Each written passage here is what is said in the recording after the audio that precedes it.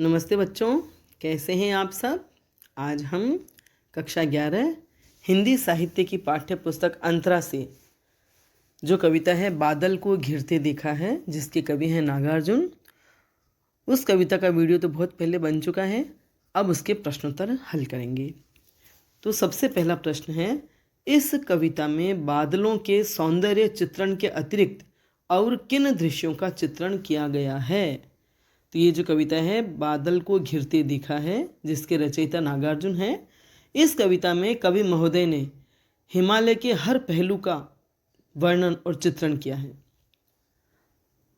बादलों के सौंदर्य के साथ साथ हिमालय की जो मानसरोवर झील है उसमें खिलने वाले सुनहरे कमलों का चित्रण किया है। छोटी बड़ी कई झीलों में पावस की उमस से बचने और अपना प्रिय भोजन प्राप्त करने के लिए तैरते हुए हंसों का चित्रण किया है। बसंत ऋतु में हिमालय के सौंदर्य का चित्रण किया है। चकवा चकवी पक्षियों के विरह और मिलन का, कस्तूरी मृगों के कस्तूरी की सुगंध के पीछे पीछे भागने का, बर्फीली चोटियों पर आंधी तूफान और भयंकर वर्षा के साथ साथ वहाँ कुटिया में बसने वाले किन्नर और किन्नरियों के विलासपूर्ण जीवन का बहुत ही मनोहारी और खूबसूरत वर्णन और चित्रण किया है। इनके साथ ही संस्कृत साहित्य में कालिदास के साहित्य में आने वाली कुबेर की कथा, अलकापुरी, गंगा की धारा आदि का भी जिक्र किया है और उन्हें नकारते हुए उन्हें कवि की कल्पना बताते हुए हिमालय के यथार्थ और प्रत्यक्ष स्वरूप का चित्रण किया है। जैसे ये पंक्तियाँ देखिए आप, छोटे छोटे मोती जैसे उसके शीतल तुहिन कणों को मानसरोवर के उन स्वर्णिम कमलों पर गिरते देखा है। तो यहाँ कमलों मतलब जो खिलने वाले कमल है मानसरोवर में, सुंदर स्वर्णिम उन कमलों का चित्रण किया है। पावस की उमस से आकुल तिक्त मधुर विष तंतु खोजते हंसों को तिरते देखा है। और इसी तरह से अन्य प्रसंगों से संबंधित काव्य पंक्तियाँ भी आप याद करके लिख सकते हैं, जितनी याद रह जाए उतनी। ठीक है। अगला प्रश्न है, प्रणय कलह से कवि का क्या तात्पर्य है। इस कविता प्रणय का अर्थ होता है वैसे प्रेम और कलह का अर्थ होता है झगड़ा। तो इस कविता में कवि ने प्रणय कलह का चित्रण करके एक काव्य रूढ़ि का कथन किया है। उस रूढ़ि के अनुसार चकवा और चकवी जो पक्षी होते हैं वे रात्रि में अलग अलग रहते हैं और प्रातःकाल ही मिलते हैं, क्योंकि ऐसा उन्हें शाप मिला हुआ है। तो किस तरह रात्रि भर के क्रंदन के बाद वे प्रभात काल में एक दूसरे से मिलते हैं और प्रेम भरी छेड़छाड़ करते हैं, उनकी इसी विरह और प्रेम क्रीड़ा को कवि ने प्रणय कलह कहकर चित्रित किया है। जैसे कि निशा काल से चिर अभिशापित बेबस उस चकवा चकई का बंद हुआ क्रंदन, फिर उनमें प्रणय कलह छिड़ते देखा है, बादल को घिरते देखा है। आपको जितनी पंक्तियाँ याद रह सके उतनी लिख दें। बीच की जिन पंक्तियों को आप छोड़ते हैं, मतलब पूरे ये जो पैराग्राफ है 5-5, 6-6, 7-7 लाइनों के हैं, तो आपको जरूरी नहीं कि सभी पंक्तियाँ याद हो। तो जो बिल्कुल तथ्यात्मक पंक्तियाँ हैं, जो बिल्कुल जुड़ी हुई पंक्तियाँ हैं, वे याद रखें और उन्हें आप लिख दें। और जो बीच में गैप में जो पंक्तियाँ आती हैं जिनको आप छोड़ रहे हैं, वहाँ क्रॉस के निशान लगा दें। 1, 2, 3 ऐसे क्रॉस के निशान लगा दें, फिर अगली पंक्ति लिख दें। ठीक है। अगला प्रश्न है, हिमालय कस्तूरी मृग के अपने पर ही चिढ़ने के क्या कारण हैं। कस्तूरी मृग जो होते हैं वे दौड़ते रहते हैं और फिर अपने आप पर ही चिढ़ते हैं, खींचते हैं, इसका क्या कारण है। तो हिमालय पर्वत की जो घाटियां हैं उसमें कस्तूरी मृग पाए जाते हैं, कस्तूरी हिरण। उनकी नाभि में कस्तूरी बसी होती है और उससे कस्तूरी की सुगंध निकलती रहती है, लेकिन हिरण यह नहीं जान पाते कि यह उन्हीं की नाभि में बसी है और वे उस सुगंध के पीछे पीछे पागल होकर दौड़ते रहते हैं यत्र तत्र, मतलब यहाँ वहाँ पेड़ पौधों में, घास फूस में, पर्वत चट्टानों को खूब सूंघ सूंघ कर उस गंध को पा लेना चाहते हैं, लेकिन चूंकि ढूंढ नहीं पाते हैं क्योंकि वह उनकी नाभि में ही बसी होती है, इसलिए फिर अपने आप पर खींचते हैं, चिढ़ते हैं। कवि ने इसी दृश्य का बहुत ही सुंदर चित्रण किया है। अलख नाभि से उठने वाले निज के ही उन्मादक परिमल के पीछे धावित हो होकर तरल तरुण कस्तूरी मृग को अपने पर चिढ़ते देखा है, बादल को घिरते देखा है।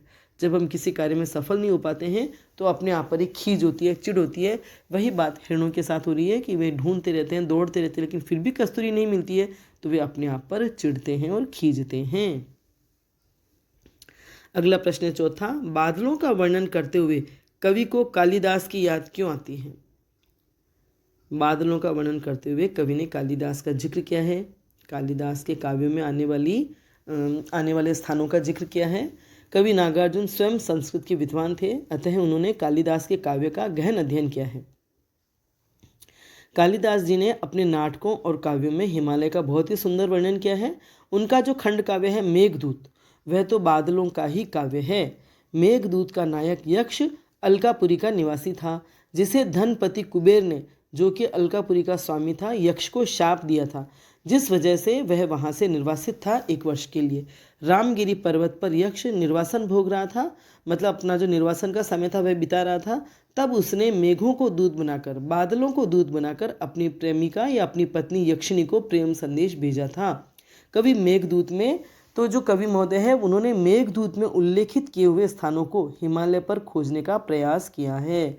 जैसे कहाँ गया धनपति कुबेर वह, कहाँ गई उसकी वह अलका, नहीं ठिकाना कालिदास के व्योम प्रवाही गंगा जल का, ढूंढा बहुत परंतु लगा क्या, मेघदूत का पता कहीं पर, जाने दो वह कवि कल्पित था। लेकिन उसे वे कहीं नहीं मिलते हैं। इसी कारण कवि को यहाँ कालिदास की याद आती है।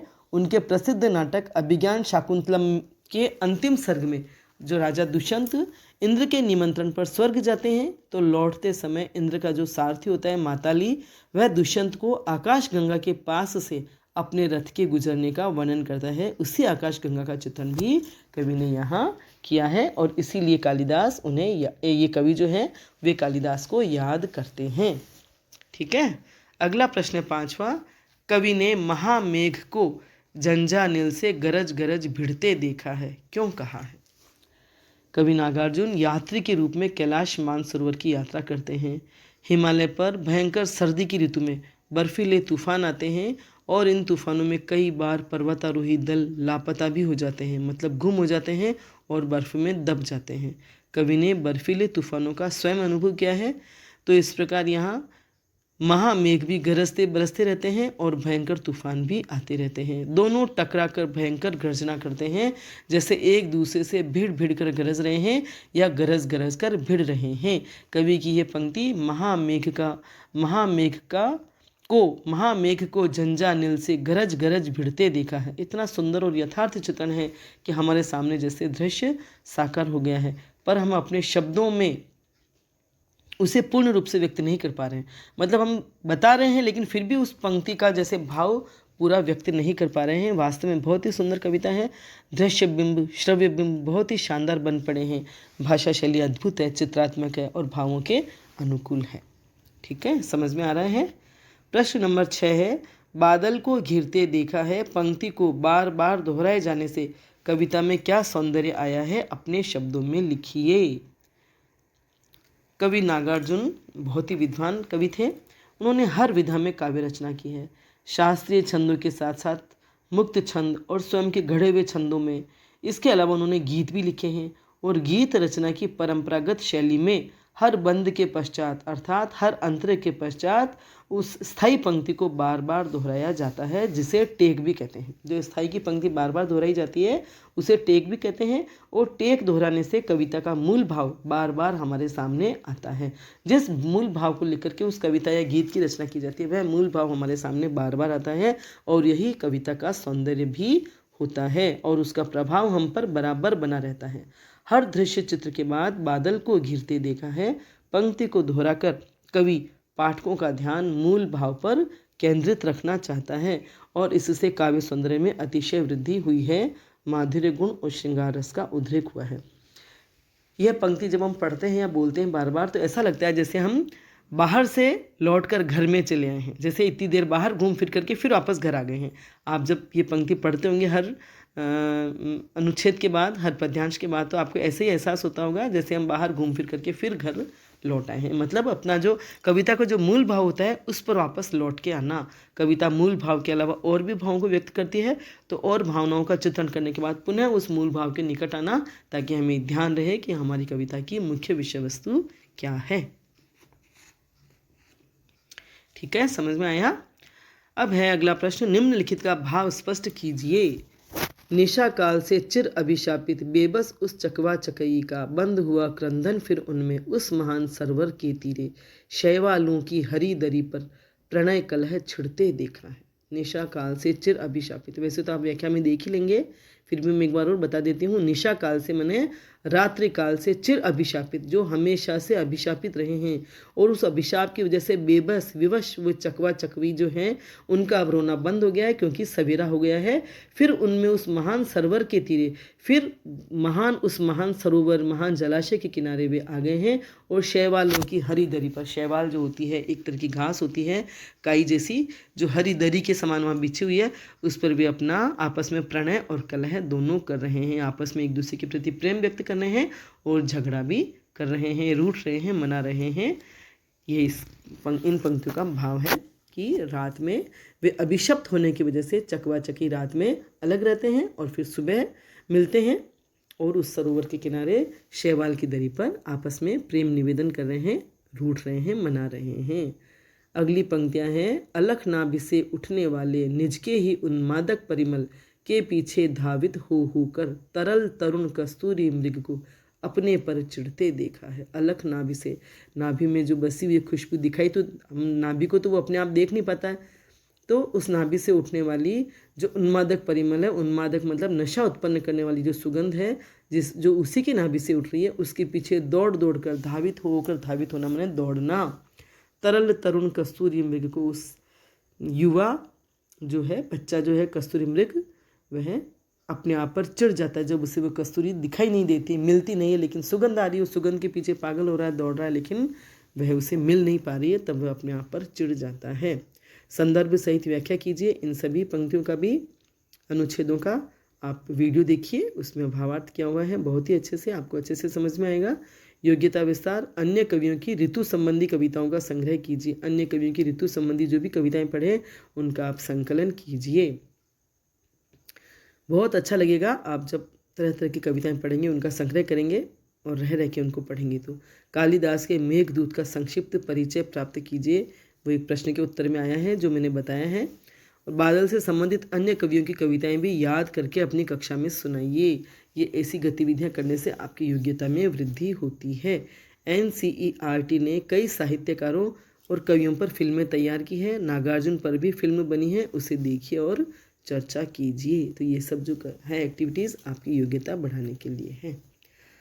शब्दार्थ और टिप्पणी, अमल धवल, अमल धवल, मल मने निर्मल, मल रहित, स्वच्छ, धवल मने सफ़ेद, तुहिन कण मने ओस की बूंदें, बर्फ के कण या ओस की बूंदें, तुंग मने ऊंचा, तिक्त मधुर मने तीखे और मीठे, कड़वे और मीठे, विष तंतु, कमल नाल, जो कमल खिलते हैं उन कमल की जो नाल होती है उसके भीतर कोमल रेशे होते हैं जिन्हें वे पक्षी खाते हैं। चिर अभिशापत, सदा से ही शापग्रस्त, दुखी, चकवा चकवी को बहुत पहले ही ये श्राप मिल गया था जिस वजह से वे हमेशा रात्रि को अलग रहते हैं और सुबह मिलते हैं। शैवाल, काई की जाति की ही एक घास जो हरी दरी के समान लगती है और नदियों के किनारे जम जाती है। अच्छा, अभी तो शब्दार्थ और हैं। प्रणय कलह, प्रणय मने प्रेम और कलह मने झगड़ा, तो प्यार भरी छेड़छाड़, झगड़ा, रूठना, मनाना, प्रणय कलह। उन्मादक परिमल, नशीली सुगंध, उन्माद मने नशा उत्पन्न करने वाली सुगंध। कस्तूरी की जो सुगंध होती है वह हिरणों को उन्मादित कर देती है, उन्मत्त कर देती है, वे उन्मत्त होकर के दौड़ते रहते हैं। कुबेर, धन का स्वामी, देवताओं का कोषाध्यक्ष। अलका, कुबेर की नगरी जिसे स्वर्ग भी कहते हैं। व्योम प्रवाही, व्योम मने आकाश, आकाश में घूमने वाला। मेघदूत, कालिदास का प्रसिद्ध खंड काव्य है जिसका नाम है मेघदूत।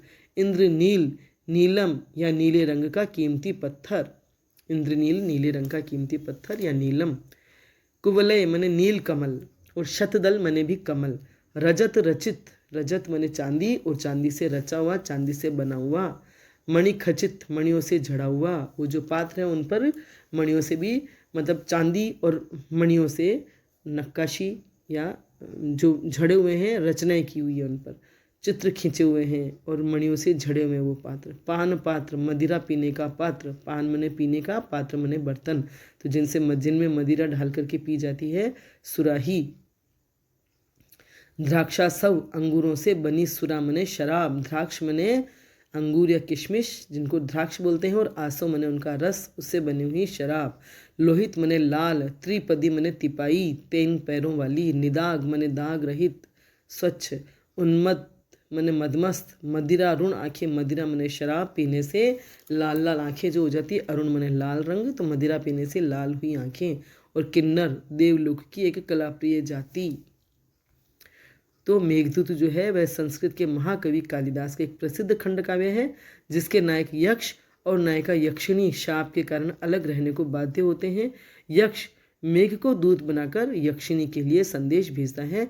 इस काव्य में प्रकृति का बहुत ही सुंदर मनोरम चित्रण हुआ है। ठीक है, तो आपको ये प्रश्नोत्तर समझ में आ गए होंगे आराम से।